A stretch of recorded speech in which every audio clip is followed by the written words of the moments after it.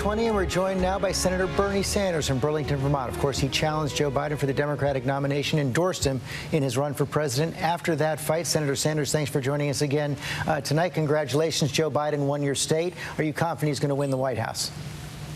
It's looking very good, and I want to congratulate him for the campaign that he ran. And you gave him an awful lot of help. You endorsed him right away. You promised to work. You said the most important priority for all Democrats had to be to remove Donald Trump from the White House. What do you make of the results as we're seeing across the country right now? A nation still deeply divided. Donald Trump still getting the second most votes of any candidate in American history. Republicans appearing, at least for now, depending on what happens in Georgia, to hold control of the Senate. Well, George, to me, this election was about many, many things, but the most significant thing was about whether or not we end the pathological lying in the White House and we end the danger of losing our democracy and the rule of law in our country. And thank God it appears that we're going to end that danger. But right now, in front of us, is an enormous amount of work that must be done. Anyone who's sitting home tonight say, "Whoa, my goodness, wonderful, Joe Biden won." Our job is just beginning. You got mass unemployment, you got starvation wages in this country, you have systemic racism. We are the only major country on earth not to guarantee health care to all people. We are terribly worried about the existential threat of climate change. Our infrastructure is crumbling.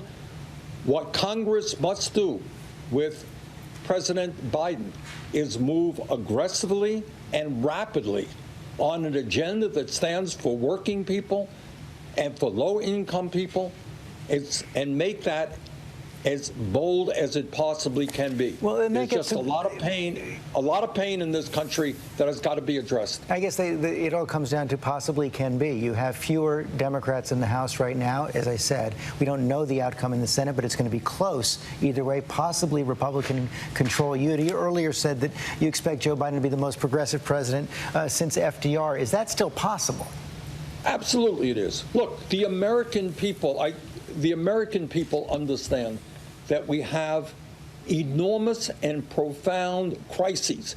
Does anybody out there think that $7.25 an hour is the kind of federal minimum wage we have?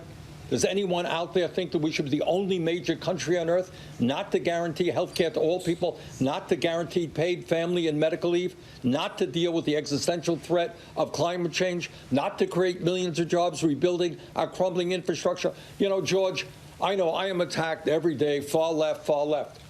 But every idea that we are fighting for are ideas that are supported by the vast majority of the American people, Democrats, independents, Republicans. People understand that we have got to finally have a government working for all, not just the top 1%. How much of that can Joe Biden do without Congress? Well, obviously, as Donald Trump has shown us, the power of a pen on executive orders is very significant, and I hope he utilizes that. But I do believe, you know, we talk about bringing a very divided nation together, and there's no question, in a very painful way, sad way, our country is divided.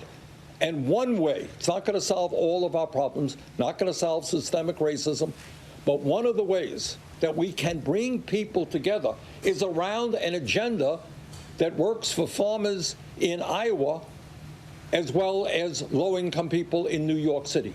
And there is a commonality of interest that we have. All of us need health care. All of us need decent wages. All of us want our kids to be able to get a college education. For too long, in my view, the Democratic Party has not been as aggressive as it should be in addressing the needs of the working class of this country. And that is why Trump has done so well with those people. It is time for us to expose Trump as a fraud and to address the real needs of working families in this country. And when those people stand up and say, you know what?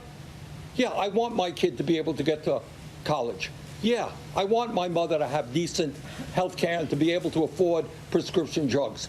Yeah, I'm a farmer, and I know what climate change is doing to my farm and this country. When we address the real needs of the people of this country, they will come around. They will demand that Congress act. Bottom line, are you more exhilarated or relieved tonight? I am very relieved. To be honest with you, I haven't been sleeping so well lately. I was very worried about 4 more years of Trump. It appears that that is not going to be the case. So I feel exhilarated. I feel relieved. But I know how much work we have to do, A, to win those 2 seats in Georgia to give Democrats control over the Senate, and B, to move forward an agenda that finally speaks to the needs of working families and not just the very wealthy. Senator Sanders, thanks for your time tonight.